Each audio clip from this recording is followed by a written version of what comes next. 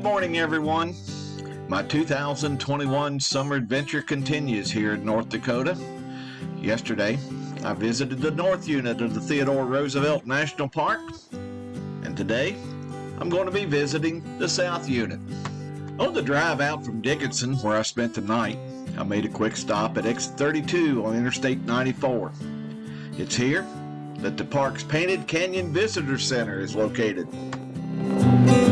The Visitor Center serves as a highway rest stop. It has all the normal rest area features, but also is staffed with park rangers, has a small exhibit area, and a gift shop.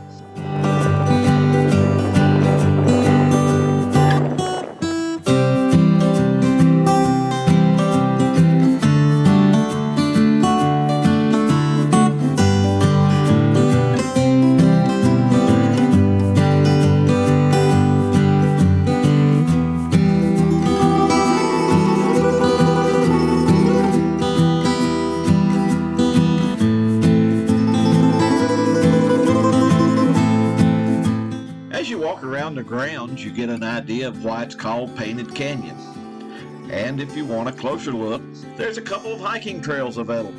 One is an out and back trail that's a little over 4 miles in total length. And there's a second shorter loop trail that's about 1 mile long if you're interested in a shorter hike. Both trails feature steep ascents and descents and are both rated moderate to difficult.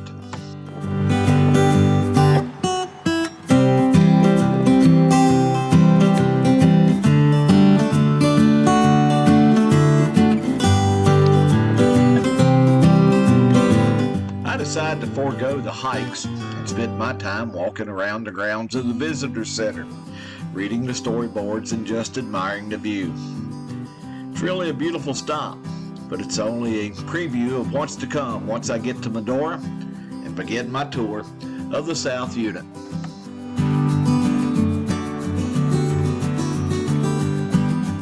As I was leaving Painted Canyon, I saw a buffalo roaming freely on the grounds of the Visitor Center. It's not every day that you see a buffalo roaming the grounds of a rest area, and now I know why. They have cattle grates on all the roads entering and exiting the rest area and Visitor Center.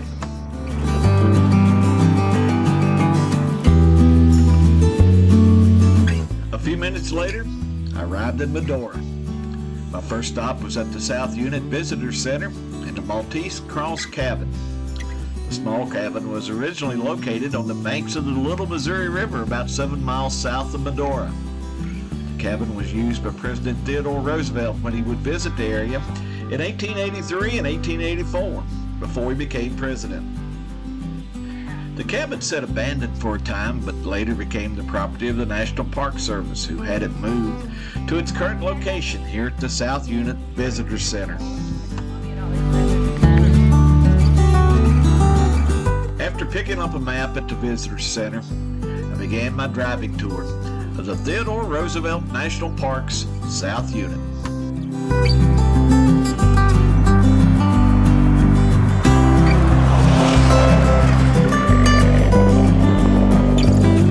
After leaving Medora and crossing over the interstate, it wasn't long before I encountered the first of many buffalo that roam freely throughout the park. The herds here in the South Unit are larger, and just about everywhere you look, you can see them roaming freely beside the road or on the adjacent prairie.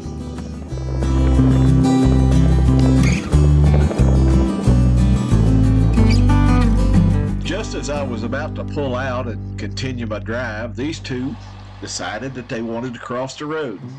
So, I waited.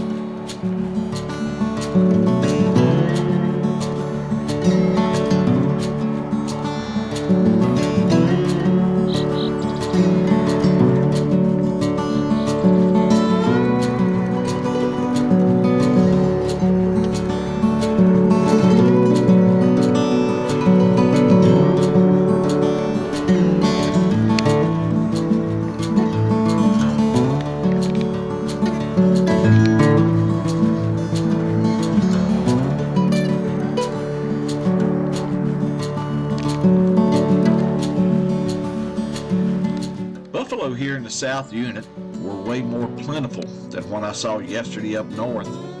At most of the overlooks and pullouts, it was not unusual for buffalo to be all around. Every time you had any type of interaction with a ranger, they always warned you that these are indeed wild animals, and whenever you encountered them, you should give them a wide berth and keep your distance. But no matter how many times you hear it, some people just have to learn for themselves. Several times during my stop here at the Skyline Vista Overlook, people got a little too close, causing this buffalo to start shaking his head, which I took to be a warning. And twice, the same lady got too close and he started to charge. But thankfully, he stopped when she quickly retreated.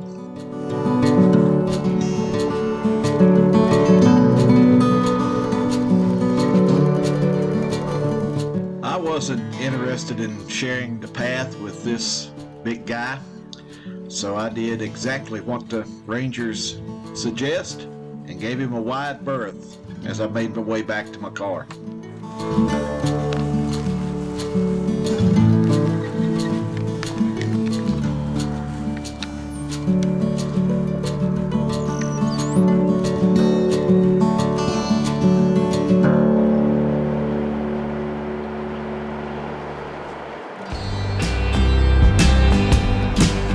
The best and quickest way to see the South Unit is the Scenic Drive.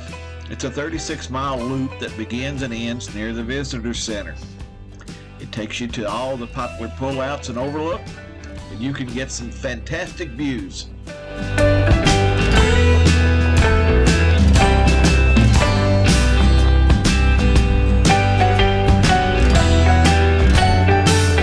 During my time driving through the South Unit, I noticed there was no shortage of prairie dog towns and buffalo, like right here.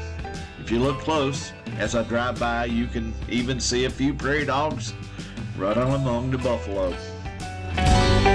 Just like yesterday, each herd had a bunch of calves, so the buffalo population here in the South Unit will continue to grow. The ranger told me that when the herd gets overpopulated, they're rounded up and shipped to other national parks or to private ranches. This will ensure the health of not only the environment, but the health of the herd.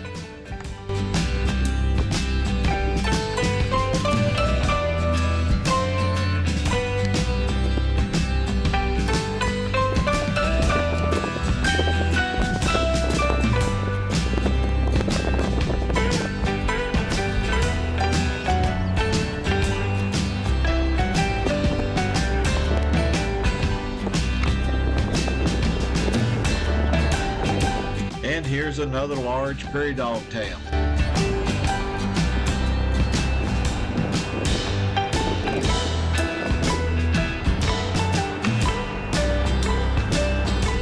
I got to the park right when it opened at 9 a.m. and began my driving tour of the scenic road about 30 minutes later.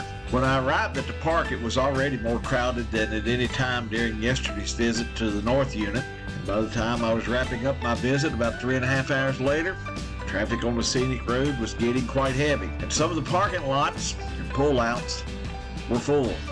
That, coupled with some buffalo jams, made for some slow going.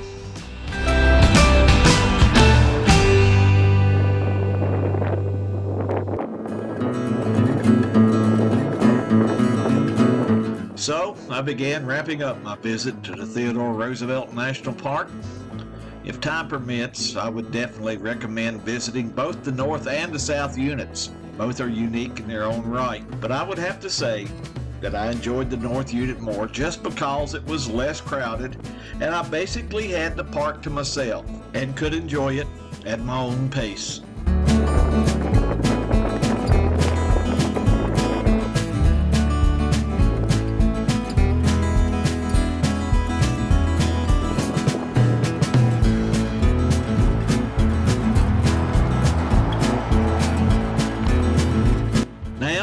It's time for me to not only wrap up my visit to the Theodore Roosevelt National Park, but also wrap up my visit to North Dakota.